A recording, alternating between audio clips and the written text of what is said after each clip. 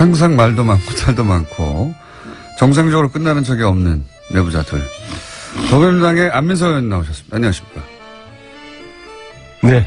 수도권 내리사선 안민석 의원입니다. 약간 이렇게 뜸을 들이셨습니까?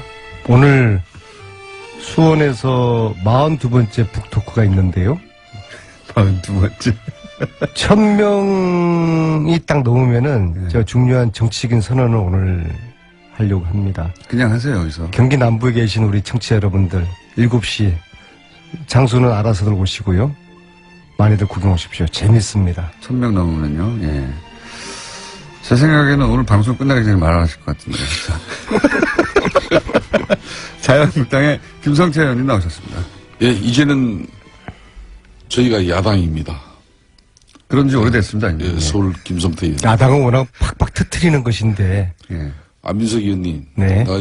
김어준 공장장한테 이거는 정말 노파심에서 방송 서두에 한 말씀 드리겠습니다. 결론은 박근혜 정권도 최순실이라는 이런 한마디로 이런 사람이 국가 권력을 가지고 사익을 편취했기 때문에 결국은 대통령까지 깜빵에 가 있는 겁니다. 지금 현재 문재인 정권 이제 시작하고 있습니다만은 이미 이미 단체장 또 지방 기초자치단체장 그러니까 시장이나 뭐 이런 뭐 도지사 서울시장 이런 사람들은 엄청난 지금 병폐가 나오고 있어요. 지난 국정감사에서 박원순 시장의 가장 오른팔이라 그럴 수 있는 최측근인 벤창엄 SH공사 사장이 블랙리스트 문건을 가지고 공사 인사 및 조직관리 운영에 충분하게 그게 참고가 됐다는 부분. 제가 그 문건을 이번 국정감사에서 공개해서 결국 그 사장이 이제 옷을 벗게 됐어요. 오늘은 박원순 때리기입니까? 예. 저는 왜 이야기하는 거면은 박원순 시장 희하에도 블랙리스트는 나오고 또 성남시장 이재명 시장이 성남시에 그러니까 저소득 취약계층, 사회적 이런 취약 약자 그룹들의 부채 탕감, 이 부채 탕감을 위한 채권 매입을 목적으로 만든 공익시민단체가 있습니다. 희망살림이라는 이 단체가 있는데 어떻게 이 단체가 대한민국 최대 포털 사이트인 네이버로부터 무려 네이버 본사가 성남에 있고요. 그렇죠. 그건 아시죠? 2년에 걸쳐서 네이버로부터 40억을 이 희망살림이라는 바로 이 시민 공익단체가 네이버로부터 돈을 받아요. 이거 지난주에 말씀하셨던 이야기 게 아니에요? 들어봤어요. 이제 안민석 의원께서도. 네 차례나 걸쳐서 40억을 받아가지고 결론은 39억을 성남FC에다가 이 희망살림이라는 이 희망살림은 성남시의 취약계층들의 그런 부채 탕감을 목적으로 채권 매입을 목적으로 만든 이 시민공익단체가 언제부터 초거대 재벌 포털 사이트로부터 40억을 받아가지고 그걸 저희 얘기 좀 제지 좀 시켜주십시오. 39억을 저거는 저희가 가장 우리 유력한 20년 만에 지금 도지사를 탈환하려고 하는 이재명 시장 흔드는 거 아닙니까? 안민석 의원께서도 최순실을 가지고 진실을 이야기할 때 내가 절대 끼어들지 않았습니다. 제 이야기 들어보십시오. 저는 팩트만을 그래서 이 네이버가 왜 성남의 이런 희망살림에게 근 40억을 갖다가 이렇게 줬겠습니까? 네이버가. 그러고 난 이후에 공교롭게도 네이버는 제2 본사 사옥을 성남시 분당 정자동에 건축 허가를 받아냅니다. 오늘 여기까지. 안 되는 것이었어요? 오늘 여기까지 딱 이야기하고. 책임질 수 있는 말씀이세요? 당연합니다. 그러니까 저는 안 되는 곳이었는데 그걸로 간 겁니다. 아니 뭐 안 되고 대구를 떠나가지고. 되는 곳에 가는 거는 문제 없잖아요. 아니 뭐 네이버가 아니 이렇게 본연의 희망살림이라는 저소득 취약계층의 부채 탕감을 목적으로 채권 매입을 이렇게 하기 위해서 만든 그런 공익시민단체의 목적 설립 요건이 있다면은 그걸 위해서 아마 줬을 거예요. 네이버는 40억을. 그렇다면 그 네이버로부터 40억을 받았다면은 이 희망살림이라는 시민단체는 진짜 성남시의 취약계층을 위해서 부채 탕감을 위해서 이 돈이 써야져야 되는데 문제는 성남시 성남 예. FC 축구단에 이 39억을 고스란히 그대로 전달합니다. 언제부터 이런 공익 시민사회단체가 성남의 FC 축구단에 그대 대기업 포털 사이트로부터 돈을 받는 창구로 이용되어졌는지 한번 그래서 대답 이재명 한번 시장 해보세요. 여기 한번 모시기로 했잖아요. 이재명 시장 쪽에서는 여러 번 해명했다. 여러 번 해명했고, 저희가 안 그래도 인터뷰 요청했는데, 여러 번 해명했고, 기사를 찾아보시라고. 좋습니다. 오늘 여기서 제가 한 가지만 더 밝힙니다. 바로 그 희망살림이라는 만든 이 시민사회단체의 상임이사가 지금 공교롭게 민주당의 현역 모 의원입니다. 여기까지만 정하겠습니다. 아니, 더 하셔도 됩니다. 더 하셔도 되는데. 그리고 어쨌든 FC. 박은순 예. 시장께서도 변창흠 자신의 예. 최측근이 지난 3년 동안 SH공사를 통해서 엄청난 서울시 주요 사업들의 개발 현장에서 이 SH공사가 어떤 일을 했는지 많은 저희들은 제보를 받고 있습니다. 박원순 시장이 SH공사 사장 퇴임으로 이 블랙리스트 묶은 이 상황을 끝장내서는 안 됩니다. 반드시 본인도 그에 상응한 김 책임을 대표님은 네. 우리 보수 정치 세력도 부패했고 그래서 국정농단 일어났지만은 진보 세력인 당신들도 똑같다. 예, 별 차이가 없다. 그걸 말씀하시는 거예요. 저는 그렇습니다. 저는 그래서 문재인 적어도 대통령 박원순, 이재명 두 분에 있어가지고는 김성태 의원님 지금 주장하는 것을 저는 그렇게 믿지 않아요. 이게 이제 안민석 안민석 의원. 의원님 벤치마킹 하는 거예요. 안민석 의원님 만일 박원순 의원님이 시장 희하에 몇 년간 해가지고 성공하셨지 않습니까? 그거 하시는 박원순- 거예요. 제 안민석 따라하기. 예, 예, 아니 뭐 말씀입니까? 저는 다른 게 아니라 진실 이야기하는 거예요. 박원순 시장 최측근 SH공사 사장이 SH공사 1,500명 직원을 대상으로 그것도 최고위급 간부 1급, 2급 간부들을 대상으로 박원순 시장하고의 관계 동그라미 세모 엑스표 그리고 진보 성향에 따라서 또 그런 구분 만일 그런 블랙리스트가 실제적으로 존재했다 그러면은 이거야말로 최순실 국정농단보다도 자, 가름할 수 있는 그런 예. 측면이 김성태 의원님, 예. 다스는 누구 거예요? 다스는 지금 현재 네. 윤석열 서울중앙지검장에게 한번 물어보세요. 저한테 물어보죠. 그래도 답변을 MB 준비해 측근이었던 김성태 의원님은 알고 계실 거 아니에요? 저는 분명하게 이야기지만 MP 측근이 아니었습니다. 18대 그럼 때 친박이었습니까? 저는 가장 이명박 대통령을 비판을 많이 했던 사람 중에 한 사람입니다. 자, 여기서 여기까지만 하겠습니다. SH공사 얘기는 저희가 또 그 박원순 시장 혹은 뭐 서울시로부터 답변을 한번 요청 받아보고요. 우리가 이 자리에서 예.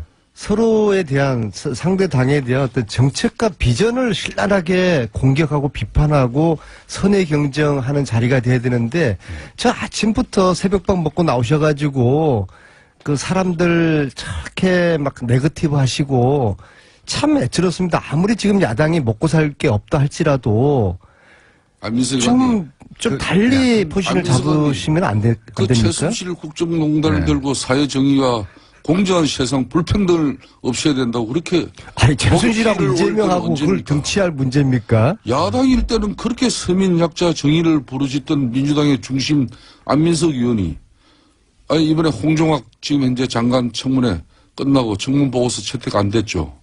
그런 장관 빨리 아니, 판단해 근데 줘야죠. 장관 청문회 하고 나면은 찬반 의견을 내서 채택을 해야 될 거 아니에요? 그럼 야당은 반대 지금 하는 입장이니까 우리는 반대한다라는 의견을 내서 이걸 채택을 해줘야 되는데 채택 자체를 안 하는 거는 국회의 역할을 지금 방기를 하는 안민석 거예요. 의원님 입장 바꿔서 한번 이야기해 봅시다. 만일 저희 쪽에 장관을 이렇게 추천했는데 우리 장관 후보자가 수십억 대의 그런 상가를 쪼개기로 이렇게 정려받고 이 부의 대불님에 대해서 내로 남물 행태를 누구보다 많이 보였던 그런 지난 19대 국회의원 활동을 하신 분이에요. 그런 분들이 핵심 경제를 이끌어야 될 그런 부처의 장관 후보로서 아무 능력이나 요건도 갖추지 못했는데 말 한마디 하지 못하는 아니 그래서 게 야당은 민주당이에요. 부적격 의견이지 않습니까? 그죠? 그렇죠. 그러면 부적격 의견이라고 제가- 명시를 하셔서 채택을 해 주세요. 아이, 그렇게 했죠. 그리고 김성태 그러니까 의원님 제가 하는 이야기는 안민석 의원님, 문제는 민주당 내에서 한 사람이라도 이런 사람들에 대해서 문재인 대통령이 안 됩니다. 노라고 할 수 있는 사람이 있어야 문재인 대통령이 이 국민적 바람이나 이 국민적 신뢰, 이 지지를 기반을 가지고 끊임없이 우리 사회의 잘못된 부분을 바로 잡으면서 또 건강한 대한민국을 위해 갈 수 있는 거예요. 아니 그러니까 눈 감지 마세요. 여야의 입장이 틀리잖아요. 저희들은 이 정도면은 장관으로서 무난하다고 보는 것이고 야당은 반대하니까 서로의 찬반 의견을 넣어서 청문회 보고서를 채택하면 되는 것이고요. 그런데 최순실 재산 몰수 이거는 안 합니까? 해야죠. 야당은 어떤 입장이에요? 하세요. 하십시오. 야당은 최순실 재산 몰수에 근데 대해서 어떤 입장이에요? 안민석 의원님, 네. 왜 민주당 내에서도 최순실 재산 몰수 특별법에 흔히 말하는 법조인이 왜 그렇게 반대를 하는 사람들도 있어요? 저희들은 민주정당이니까 찬반 다 인정하고 존중하죠. 그래도 저희들은 120명 중에서 105분이 서명했는데 자유한국당은 단 한 분도 김성태 의원님 빼고 단 한 분. 한 분 있지 않습니까? 김성태 의원님도 사실 저한테 뭐 전문용어로 엮여서 하신 거죠. 진짜로 이게 엮여서 최순실재산 나는 몰수 의사 있습니까? 우리 자유한국당 김성태 의원님 빼고는 아무도 찬성하지 않은 거 아닙니까? 왜 찬성하지 않아요? 자유한국당 의원들 그렇게 배만하면 안 돼요. 예? 자유한국당이 만일 의견은 존중하는데 작년 이해할 수 없죠. 국회 대통령 탄핵 때도 자유한국당 의원 절반 이상이 우리 국민들의 분노를 받들어서 아무리 우리가 만든 대통령이지만은 최순실이라는 이런 한마디로 인간에 의해서 국가 권력이 사익으로 편취되어지는데 이용되어졌다면은 그걸 용납하지 못한 쉽게 말하면 집권당이 당시 새누리당이었습니다. 네, 다음 주 특별법 토론회는 제가 김성태 의원 꼭 그렇기 나오실 거죠? 때문에 지금 민주당도 건강한 당청 관계가 유지돼야 예, 알겠습니다. 문재인 대통령이 정말 훌륭한 대통령으로 아니, 될 수 있어요. 그대들이나 잘 하세요. 언제 권력 잡았다고 말해야 미국 비행기 한번 탔다고 그렇게 안민석 의원이 언제부터 그렇게 그게 달라졌어요? 그렇게 배가 아프세요? 시트가 뭐 그렇게 그 이야기 꺼내시고요. 근데 제가 지금 북토크를 한 40번 이상을 전국을 돌아보니까는요, 깜짝 놀란 게 국민들은 최순실 재산 몰수가 되었거나 앞으로 잘 될 줄 그렇게 알고 계셔요. 합시다. 하자니까요. 찬성하시는 자, 것이죠? 그러면 김성태 근데 의원님은 김성태 의원님 혼자만 하자 하시는 거 아니에요? 당내에서 자유한국당은. 하자고 이렇게 확 끌고 가려면 자리가 필요하지 않습니까? 원내대표라든가. 원내대표 이런 거? 공약으로 이거 한번 내걸어 보세요. 저는 자신 있습니까? 저는 지난번 최순실 국조특위 위원장을 하면서도 잘못된 것은 잘못된 것으로 아니, 그럼 그때는 그랬죠. 의원님, 근데 그 이제 대신 잠깐만요. 불필요한 오해와 한 달쯤 있으면 편견이 있다면 그건 바로 잡아야죠. 한 달쯤 있으면 원내대표 있지 않습니까? 뭐요? 자유.